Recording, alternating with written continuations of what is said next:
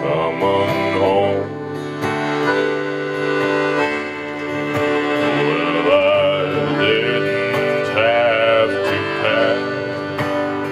I put it all right on my back. Now I'm 500 miles away from home. Away from home, away from home. Cold and tired and all alone. Yes, I'm 500 miles away from home. Away from home, away from home. Cold and tired and all alone. Yes, I'm 500 miles away from home. Yes, I'm 500 miles away from home.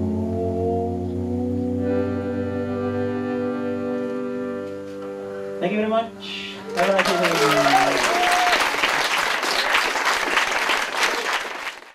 Good evening, everyone, and welcome to the Transborder Café. Full house, I think, and we have a distinguished panel here who's going to discuss under the topic of Russia tomorrow. On the far side is Rune Rafaelsen, head of the Barents Secretariat. We have Kristian Åtland, who is a defense analyst. We have Kireeva, who is from Bologna in Murmansk. And we have Charles Emmerson, who is a journalist, a writer, an author of the book The Future History of the Arctic, and British. My apologies. So let's start with you, Charles. Could you please, you saying in your lectures and in your book that Russia would, closer, okay, that Russia would be central for the development of the Arctic in the future. How come? Well, look, I think there are a number of different ways of answering that question. The first is to say, well, look at a map. If you look at a map, you'll see that, of course, 45% at least of the coastline of the Arctic is Russian. So therefore, whether Russia develops, for example, its oil and gas resources or not, has a huge impact on what the Arctic will look like in 20, 30, 40, 50 years. Another way of looking at it is to say, well, when we talk about shipping across the Arctic, the first route which is likely to become open in the Arctic, not only in a physical sense, but in a commercial sense, is the Northeast Passage. Across the top of Russia. So many of the medium-term economic prospects for the development of the Arctic actually lie in the Russian Arctic. But beyond that, of course, Russia is, along with the US, the most substantial geopolitical player in the Arctic. So which way Russia decides to go is of crucial importance. Now, the Russians, of course, also have a huge amount to gain from the Arctic being developed in a particular way. The dream of a Northeast Passage, that's to say a sea route across the Arctic coast of northern Russia, is not a new one. It's actually quite an old one. It goes back to the Russian Empire and then became particularly active during the Soviet Union. And the Arctic is seen in many ways by Russians as a source of great strategic strength for the future, a source of resources for the future. President Medvedev has called on the Arctic to be the country's main strategic resource base by 2020. And of course there's an additional military dimension to all this as well, in the sense that the great strength of Russia being a very large country and then very difficult to invade, there is a flip side to that, there is a weakness to that, which is the fact the East and the West is not terribly well connected. unless there is a route across the north of Russia. So there are all kinds of ways in which I think Russia has a huge stake in the future of the Arctic. And we, with a concern for how the future of the Arctic pans out, we have a huge interest in making sure that Russia is kept on board and that Russian interests are far better understood. Kristian, he said something about the Russians' importance for the Arctic. What do you see it in a geopolitical sense? How will the Americans play out in the Arctic, and how will their relationship towards Russia be significant? Well, the growing economic significance of the Arctic that Charles talked about has led many analysts and observers to believe that the long-term political and military stability of the region may be at risk. I don't know how many articles I've read in the last couple of years with headlines such as New Cold War or the race for the Arctic or meltdown, things of that nature. This belief about the Arctic as a future conflict arena seems to have been fueled by developments such as Russia's 2007 flag planting on the seabed of the North Pole, the increase in Russian naval activity in the Barents Sea, the resumption of long-range bomber flights in the international airspace over the Barents Sea, other waters adjacent to the Arctic Ocean. This doesn't mean, however, that a remilitarization of the region is in the card. If you look at the realities, the Arctic is one of the most stable and peaceful parts of the world, and this is likely to remain the case, I think, in the foreseeable future. If you look at what has taken place in the 2 decades that have passed since the end of the Cold War, you'll see that the military dimension in Russia's Arctic policy has been toned down. You had the appearance of powerful commercial actors in the region. You've also seen the development of regional cooperation arrangements such as the Arctic Council and the Barents Council, which have contributed to stability in the region. So I guess you may say that the Arctic is still relevant to Russia's military security as a basing area for nuclear submarines and so on. But I don't quite see the Arctic as a conflict arena. There is obviously a potential for tensions between Russia and the other Arctic coastal states, including the United States. But Russia has more pressing security challenges elsewhere, in the south, in the Caucasus, in Central Asia, in the east. And Russia's resources are limited. So I don't think that we will see a militarization of this part of the world. Anna, you live in the Russian Arctic. I do. And the position of the Arctic part of Russia during the last 20 years has shifted a lot, as Kristian and Charles. Do you feel that you are in a different situation and different focus from central Russia up north now? I feel this, but what my colleagues on this debate are saying, that yes, Russia has a lot of natural resources on the Arctic shelf, but it doesn't necessarily mean that Russia will just run up there to explore everything possible. I don't see any urgent need of Russia to explore it right now. We don't have enough technologies, resources, money to do this. And really only huge companies like Gazprom or Rosneft can do this, but they're too busy working on the other fields in other parts of Russia. And maybe when they come to the Arctic region, there will be new technologies, there will be another higher environmental standards, and then it will be possible to talk about it. I mean, living in Murmansk, I heard about development of Stockman projects for like 15 years already, and still it's just talking. And I'm really glad about that because I'm working for Bluna. And I hope they will keep talking about it for 15 years more, or even longer. I know that Murmansk region is really rich in energy resources. But I don't think the future of Murmansk region, as politicians say, is dependent only on on hydrocarbons, on traditional natural resources. I'm pro-development, but in cleaner energy technologies. That's it. And I really don't believe that population who lives in the region would benefit at least something from exploration of the Arctic. Rune, as a worker for the Barents Corporation, you have started out in a situation in the early 90s where the interest of the Arctic areas in Russia wasn't that big. And it has shifted a lot. Do you see it in your everyday work? Yes, my experience is of course based on practical project cooperation. And when we started in '93, of course it was not that interested. It was more based on this that the border has been open, and it was lots of cultural delegation, and Barents Cooperation in a way was kind of example of balalaika and a brass band crossing the border. But this has changed a lot. Today it is focused on oil and gas resources.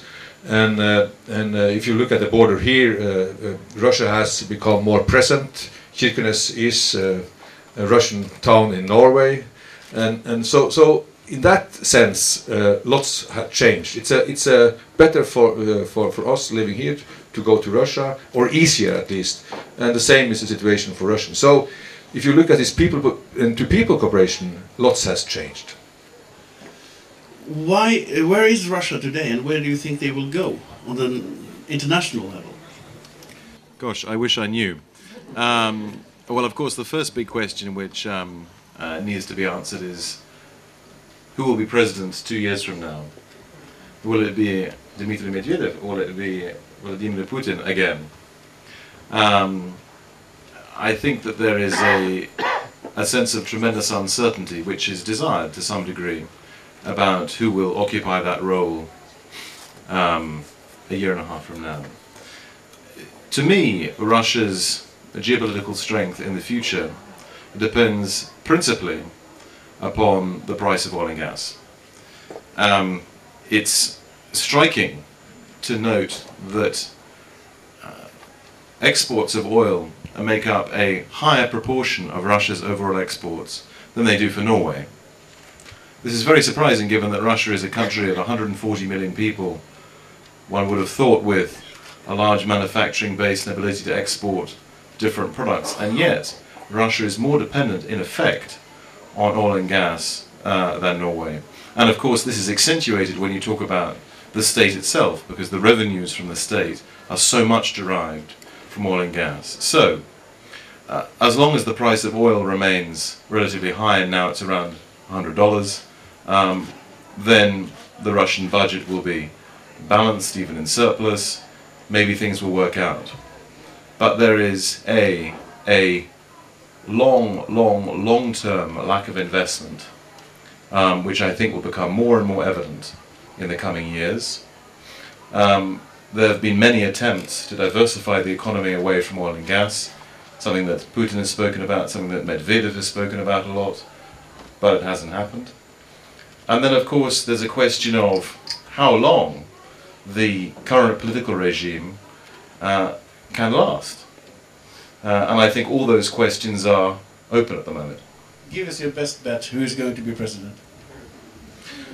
Well, personally, I rather hope that it will be Medvedev, and I think there's been some evidence in the last few days and few weeks that he certainly wants to stand. I was last week at the World Economic Forum in Davos. As you know, there was a dreadful terrorist incident at Domodedovo airport in Moscow on the Monday of that week, and at first it seemed that the president wasn't going to come, and then he said he would come. Now, to me, this is a sign that he wants to show to the world that he is president, and I think this shows an ambition to remain in the presidency.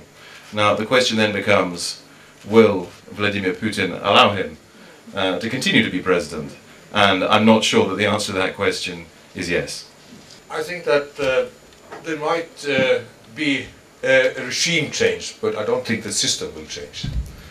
That's what I think. And I think there is no hope for a reform for this raw materials economy. And that means that the foreign policy will be the same. And I think also that's the problem for Russia. You cannot have a foreign policy which go against your geography. As you mentioned, you have the soft belly, you have the North Caucasus. This will stay there. So no, I don't think there will be.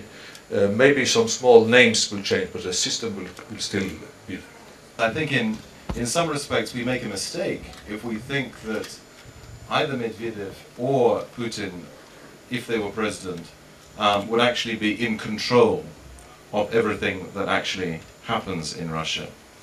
I think there is an appearance of control which is very different from the reality, in my view. But if Putin were not to stand and if Medvedev were to stand, I think this would send a message within the bureaucratic structures of the Russian Federation, which would be much more inclined to reform and to openness and to legality than if Putin were to stand again. And I just wanted to come back to an interesting insight into some of this over the last few weeks. There was a think tank set up by Medvedev in Moscow.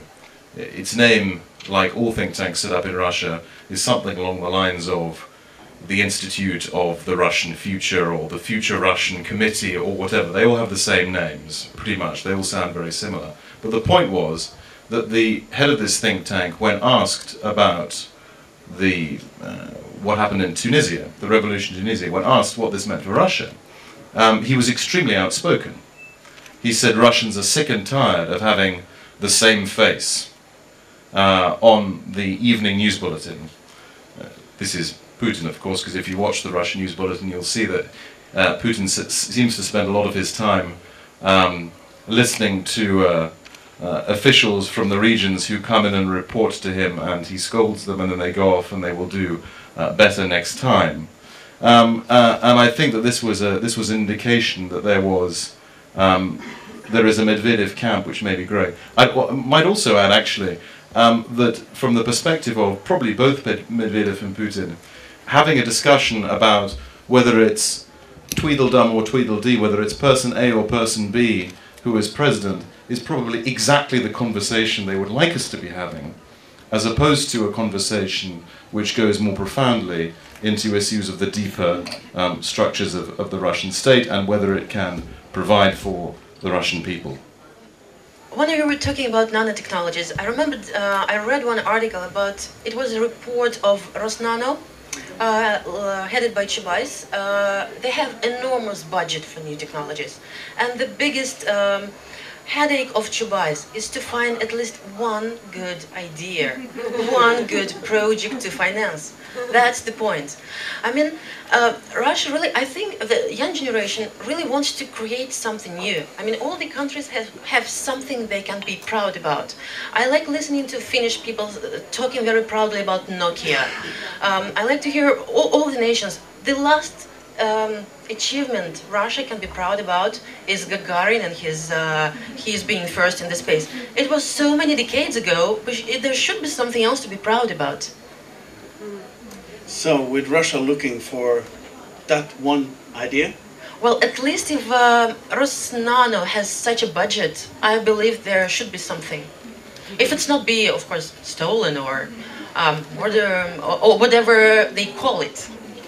Last word goes to Charles. Well, the other thing which is worth bearing in mind is, look, if you're mining coal, if you're building steel, then, well, you need to be near the coal fields, or you need to be near where the iron is mined. You need to be near where the resources are. If the world economy is more about ideas and innovation, then of course, why on earth should you be in Russia? You don't need to be in Russia. Why, you could be in San Francisco, you could be in California, you could be in London, you could be in Kirkenes. There's no reason for that innovation to take place in Russia, fundamentally. Which is why Russia, of course, faces a tremendous problem with a brain drain of people leaving the country.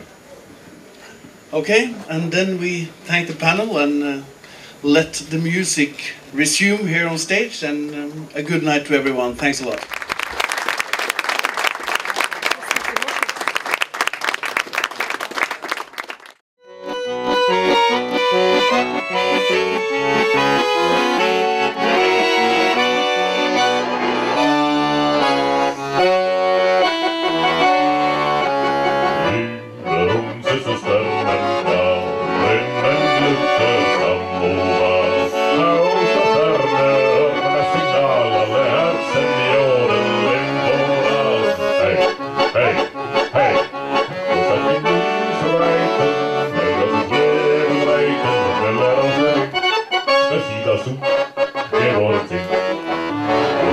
Under jagen med berg i dag, våren steikter med